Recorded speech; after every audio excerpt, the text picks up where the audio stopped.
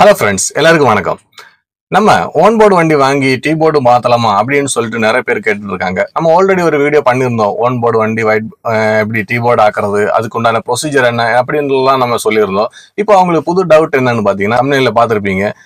ஏதாவது own board வண்டி finance போட்டு வாங்கிட்டு டீ போர்டுக்கு கன்வெர்ட் பண்ண முடியுமா அப்படின்றது ஒரு டவுட்டு ஆக கேட்டிருந்தாங்க.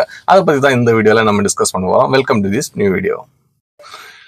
அதாவது நம்ம பொதுவா நம்ம வண்டி வாங்கும்போது பாத்தீங்கன்னா ஓன் போர்டு வண்டினா ஒயிட் போர்டு வண்டி, அதாவது நம்ம பர்சனல் யூஸுக்கு யூஸ் பண்ணக்கூடிய வண்டி. அது வாங்கும்போது நம்ம தனியாவே ரெஜிஸ்டர் பண்ணி வாங்குவாங்க. டீ போர்டுன்னு கமர்ஷியல் வெஹிக்கிள்னு சொல்லிட்டு கமர்ஷியல் டாக்ஸ் கட்டி கமர்ஷியல் எல்லோ போர்டோட நம்ம ரெஜிஸ்டர் பண்ணி வாங்குறது. அதுக்கு எல்லாமே ரெண்டுக்குமே வித்தியாசம் இருக்கு இல்லையா?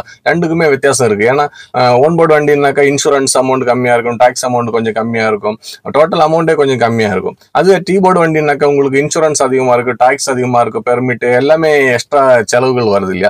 அதனால ரெண்டுமே நம்ம வாங்கும் போதே ரெண்டும் செப்பரேட்டா தான் நம்ம ஆல்ரெடி வாங்கிட்டு இருக்கோம். இப்போ நம்ம ஒரு 5 இயர்ஸ்க்குள்ள உண்டான வண்டி ஒயிட் போர்டு வாங்கியாச்சு அப்படின்னாக்கா நம்ம அது ரீரெஜிஸ்ட்ரேஷன் பண்ணி நம்ம டீ போர்டா யூஸ் பண்ணிக்க முடியும். ஆனா இதுல நிறைய டாக்குமெண்டேஷன் பண்ண வேண்டியிருக்கு, வண்டியோட ஃபிட்னஸ் பண்ண வேண்டியிருக்கு, அந்த மாதிரி எல்லாம் நிறைய விஷயங்கள் இருக்கு இல்லையா? அதுல நம்ம ஆல்ரெடி ஒரு வீடியோல பண்ணியிருந்தோம். அதோட டிஸ்கிரிப்ஷன்ல கொடுத்துற லிங்க் நீங்க பாக்கலன்னா பார்த்துட்டு வாங்க. அப்போ இந்த வீடியோ உங்களுக்கு யூஸ்ஃபுல்லா இருக்கும். திருப்பியும் அந்த வீடியோல நம்ம ஃபுல்லா டீட்டெயில்ஸா சொல்லியிருக்கோம். என்னென்ன விஷயங்கள் பண்ணா அது நம்ம சேஞ்ச் பண்ணி டீ போர்டா மாத்தி ஓட்டிக்கலாம். ஏன்னா சும்மா நிக்கிற ஒரு வண்டிக்கு ஒரு இன்கம் வருமே அப்படின்னு சொல்லிட்டு தான் நிறைய பேர் கேட்டிருந்தாங்க. அதனாலதான் அந்த வீடியோ போட்டிருந்தேன். அந்த வீடியோல நம்ம டீட்டெயில்ஸா சொல்லியிருந்தோம். அதுக்கப்புறம் இப்போ நிறைய பேருக்கு டவுட் என்னன்னு பாத்தீங்கன்னா, நம்ம ஒயிட் போர்டு வண்டி வாங்கி அதாவது லோன்ல வாங்கிட்டு டீ போர்டா கன்வெர்ட் பண்ண முடியுமா அப்படின்றதுதான் நிறைய பேருக்கு டவுட். அதை பத்தி தான் நம்ம இந்த வீடியோல சொல்ல போறோம். எல்லாருக்கும் தெரிஞ்ச விஷயங்கள் தான் இது எல்லாமே. இப்போ நம்ம ஒரு ஒயிட் போர்டு வண்டி வாங்குறோம் அப்படின்னு வச்சுங்களேன், நீங்க ஒரு salary person, அதாவது உங்களுக்கு ஒரு 30,000 ரூபாய் 25,000 salary மந்த்லி ரெகுலரா வருது அப்படின்ற பட்சத்துல உங்களுக்கு ஈஸியாவே லோன் கொடுத்துருவாங்க ஒயிட் போர்டு வண்டிங்களுக்கு. அதாவது பிரைவேட் பேங்க் எல்லாமே, எந்த பிரைவேட் பேங்கா இருந்தாலும் கவர்மெண்ட் பேங்கா இருந்தாலும் ஃபைனான்ஸா இருந்தாலும் உங்களுக்கு ஈஸியா லோன் கொடுத்துருவாங்க. உங்களுக்கு ஒரு salary சர்டிபிகேட் இருக்கு, இல்ல உங்களுக்கு ஒரு ஓன் ஹவுஸ் இருக்கு அப்படின்ற பட்சத்துல உங்களுக்கு ஈஸியாவே இதெல்லாம் கொடுத்துருவாங்க. ஒயிட் போர்டு வண்டிக்கு லோன் கொடுத்துருவாங்க. ஆனா டீ போர்டு வண்டி வாங்க போகும்போது நீங்க salary பர்சனா இருக்கிறதுக்கு உண்டான சர்டிபிகேட் ஒண்ணு தேவைப்படும். அப்போ கூட அதிகமான salary சர்டிபிகேட் தேவைப்படும். இல்லைன்னா நீங்க பிசினஸ் பண்ற மாதிரி ஏதாவது காமிக்கணும், இல்லைன்னா உங்களுக்கு ஓன் ஹவுஸ் இருக்கணும், இதெல்லாம் பண்ணணும். இதெல்லாம் இருந்தாதான் உங்களுக்கு கொடுப்பாங்க. இல்லைன்னா இது எதுவுமே இல்லைன்னா ஒரு கேரண்டர் கேட்பாங்க. கமர்ஷியல் வண்டி வாங்கும்போது மட்டும் உங்களுக்கு எல்லா பிரைவேட் கம்பெனி ஓன் போர்டு வண்டிகளுக்கு எல்லாமே இது லோன் கொடுக்குறாங்க பாருங்க. அதே போல கமர்ஷியல் வண்டிக்கு எல்லா கம்பெனியும் லோன் கொடுக்க மாட்டாங்க. ஏன்னாக்கா இதுல ரிஸ்க் அதிகம் இல்லையா? வண்டி அதிகமான ரன்னிங் ஓடுது, அது இல்லாம ஆக்சிடென்ட் விபத்துகள் வரதுக்கு உண்டான சான்சஸ் அதிகம். ஒயிட் போர்டுன்னும் போது கொஞ்சமா தான் ஓடும், ரிஸ்க் கம்மி, அதனால லோன் எப்படியோ முடிச்சிடுவாங்க அப்படின்ற ஒரு நம்பிக்கை இருக்கும். ஏன்னா அவங்க salary வாங்குறாங்க, ரெகுலரா ஒரு இன்கம் வருது அப்படின்னு. நம்ம கமர்ஷியல் வெஹிக்கிள்னாக்கா நம்ம வேலை செய்யறதுக்கு ஏற்ற மாதிரி தானே இன்கம் வருது, எப்பவுமே இன்கம் வராது. சில டைம் நம்ம வண்டி ஓட்டலைன்னா இன்கம் வராது, அப்போ இஎம்ஐ பெண்டிங் ஆகிறதுக்கு சான்சஸ் இருக்கு. அதனால அதிகப்படியான ரிஸ்க் கமர்ஷியல் இருக்கிறதுனால இப்போ நம்ம கமர்ஷியல் வண்டிகளுக்கு லோன் தரும்போது இந்த பேங்குகள், அதாவது பிரைவேட் பேங்குகள், அதாவது HDFC, ICICI அந்த மாதிரி இருக்கக்கூடிய பிரைவேட் பேங்குங்க நம்மளுக்கு லோன் தர மாட்டாங்க. இதுக்கு பாத்தீங்கன்னா நம்மளுக்கு யார் லோன் தருவாங்க அப்படின்னு பார்த்தாக்கா நான் பேங்கிங் ஃபைனான்ஸ்னு சொல்லக்கூடிய அந்த ஃபைனான்ஸ் கம்பெனிங்க தான். அதாவது மஹிந்திரா ஃபைனான்ஸ், ஸ்ரீராம் ஃபைனான்ஸ், அந்த மாதிரி டாடா மோட்டார்ஸ் ஃபைனான்ஸ், அந்த மாதிரி நிறைய ஃபைனான்ஸ் கம்பெனி இருக்குல்ல, LND ஃபைனான்ஸ், இந்த மாதிரி ஃபைனான்ஸ் கம்பெனிங்க தான் நம்மளுக்கு, அதாவது நான் பேங்கிங், இவங்க பேங்க் கிடையாது, ஆனா ஃபைனான்ஸ் கம்பெனிங்க. இது RBIயோட அப்ரூவ்டான நான் ஃபைனான்ஸ் பேங்கிங் கம்பெனிங்க. அந்த நான் பேங்கிங் ஃபைனான்ஸ் கம்பெனிங்க இந்த பேங்குக்கு தான் நம்மளுக்கு தராங்க. அவங்க தரும்போது என்ன ஒரு பிரச்சனைன்னு பாத்தீங்கன்னா, அவங்க இன்ட்ரெஸ்ட் அதிகமா எடுப்பாங்க. இவங்க ஒரு பிரைவேட் செக்டர்ல இருக்கக்கூடிய நான் பேங்கிங் ஃபைனான்ஸ்ன்றதுனால இவங்க அதிகப்படியான இன்ட்ரெஸ்ட் எடுப்பாங்க. ஏன்னா அதிகப்படியான ரிஸ்க் இருக்கு கமர்ஷியல் வெஹிக்கிளுக்கு லோன் கொடுக்கும்போது. ஏன்னா இவங்க திருப்பி கட்டுறது, ஏன்னா கோவிட் டைம்ல எல்லாம் நிறைய வண்டிங்க சரண்டர் ஆயிடுச்சு இல்லையா? அந்த டைம்ல இந்த கம்பெனிங்க பெரிய அடி வாங்கிடுச்சு. ஏன்னா அந்த மாதிரி ஒரு ரிஸ்க் வரக்கூடாது. வந்தாலும் நம்ம ஆல்ரெடி அந்த வட்டி அமௌண்ட் ஆல்ரெடி பிடிக்கணும் அப்படின்றதுக்காக அதிகப்படியான இன்ட்ரெஸ்ட் போடுவாங்க. அதாவது ஒரு 15% 18, 19% கூட எல்லாம் இன்ட்ரெஸ்ட் போடுற கம்பெனிங்க இருக்கு. நம்ம ஒரு கமர்ஷியல் வண்டி வாங்குறாங்க அப்படின்னாக்கா, இதை நீங்க 4 வருஷத்துக்கு 18%, 16% போடுறீங்க அப்படின்னாக்கா 1.5 லட்சம் 2 லட்சம் ரூபாய் கிட்ட இன்ட்ரெஸ்ட் மட்டுமே வரும். அதுவே நீங்க ஒரு ஓன் போர்டு வண்டி வாங்கும்போது நீங்க பேங்க்லயே, நீங்க எந்த பேங்க் அக்கௌண்ட் வச்சிருக்கோமோ அந்த கவர்மெண்ட் பேங்கோ பிரைவேட் பேங்கோ அங்கேயே நீங்க லோன் வாங்கி கார் போட்டுக்கலாம். இப்போ கார் லோனுக்கெல்லாம் எப்படி பாத்தீங்கன்னா 8.5 9.2 அந்த மாதிரி 10% உள்ளதான் அந்த இன்ட்ரெஸ்ட் வரும். Depend on your CIBIL score எப்படி உங்களுக்கு நல்லா இருந்துச்சு அப்படின்னாக்கா உங்களுக்கு 8.5% இருந்தெல்லாம் கார் லோன்ஸுக்கு லோன் கிடைக்கும். அதாவது உங்களோட ஓன் பேங்க் வாங்கல, அதாவது ஒயிட் போர்டு வண்டிக்கு.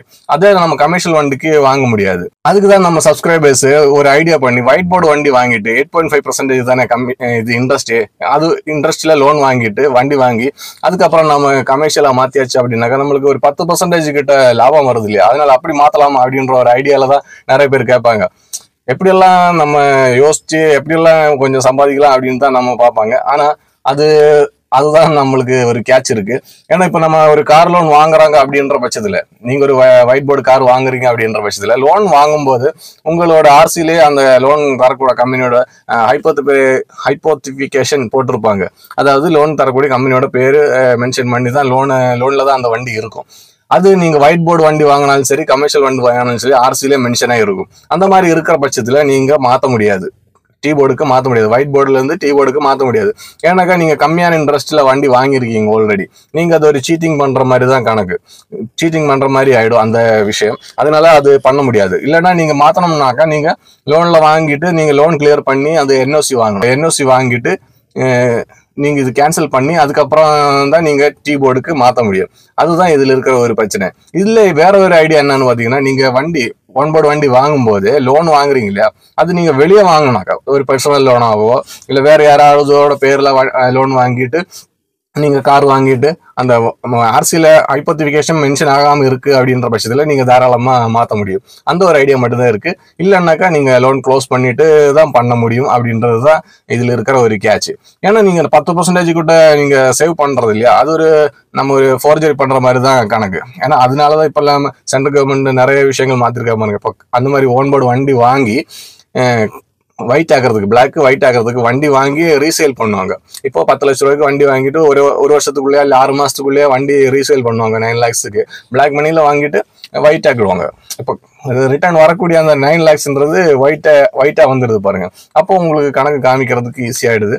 அந்த மாதிரி நிறைய கோல்மால் பண்றதுனாலதான் அவங்க டாக்ஸ் எல்லாம் செகண்ட் ஹேண்ட் வண்டி விற்கிற வண்டிக்கே டாக்ஸ் கொண்டு வந்திருக்கிறது. இந்த மாதிரி விஷயங்கள் நடக்கிறதுனாலதான் இப்ப நம்ம உஷாரா நம்ம வண்டி வாங்கும் போது நீங்க பர்சனல் லோனா வாங்கி ஃபுல் அமௌண்ட் கட்டி வண்டி வாங்கிட்டு அதுக்கப்புறமா நீங்க லோன் கட்டிட்டே வாங்க. உங்களுக்கு டீ போர்டா மாத்தணும் அப்படின்ற பட்சத்துல நீங்க தாராளமா மாத்திக்கலாம். ஹைப்போத்திஃபிகேஷன் இருந்துச்சு அப்படின்னாக்கா நீங்க கேன்சல் அது லோன் க்ளோஸ் பண்ணி என்ஓசி வாங்கி அது ஹைப்போத்திஃபிகேஷன் கிளியர் பண்ணதுக்கு அப்புறம் தான் உங்களால கமர்ஷியல் வண்டிக்கு மாற்ற முடியும்.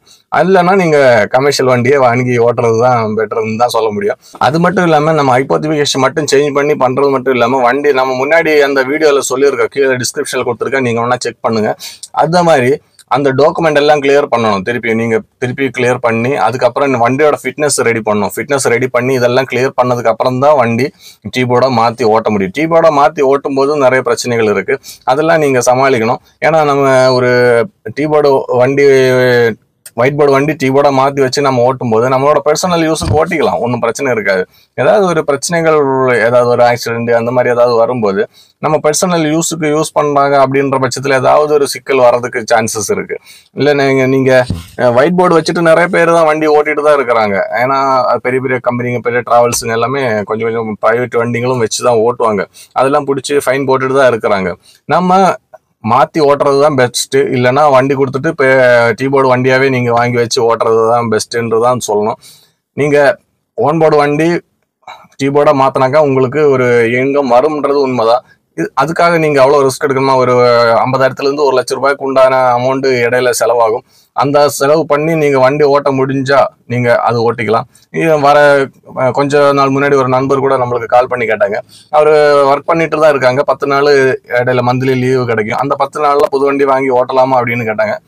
அந்த மாதிரி ஆளுங்களுக்கு இந்த மாதிரி அவங்க ஓன் போர்டு வண்டி வச்சிருந்தாங்க அப்படின்னாக்கா டீ போர்டா கன்வெர்ட் பண்ணி நீங்க என்ன 10 நாள் ஓட்டிக்கலாம். ஏன்னா புது வண்டி வாங்கி நீங்க ஓட்டுறதெல்லாம் வேஸ்ட். அந்த மாதிரிலாம் பண்ண முடியாது. இல்லைன்னா செகண்ட் ஹேண்ட் வண்டி ரெடி கேஷ்ல வாங்கி போயிட்டு ஓட்டலாம். இல்லைன்னா நீங்க எக்ஸிஸ்டிங் வண்டி நீங்க ஓன் போர்டு வச்சிருக்கீங்க அப்படின்னாக்கா அது கன்வெர்ட் பண்ணி டீ போர்டா ஓட்டிக்கலாம், லோன் இல்லாத வண்டி அப்படின்ற பட்சத்துல. இல்ல லோன் இருந்துச்சுன்னாக்கா இதுதான் ப்ரொசீஜர், இது பண்ணி தான் நீங்க ஓட்ட முடியும்ன்றது தான் உண்மை. இல்ல ஆர்டிஓல நீங்க உங்களுக்கு ஏதாவது டவுட் இருந்துச்சுன்னாக்கா உங்க ஆர்டிஓல நீங்க விசாரிச்சு ஃபர்தரான டீட்டெயில்ஸ் கொஞ்சம் கேட்டுக்குங்க. நன்றி, வணக்கம்.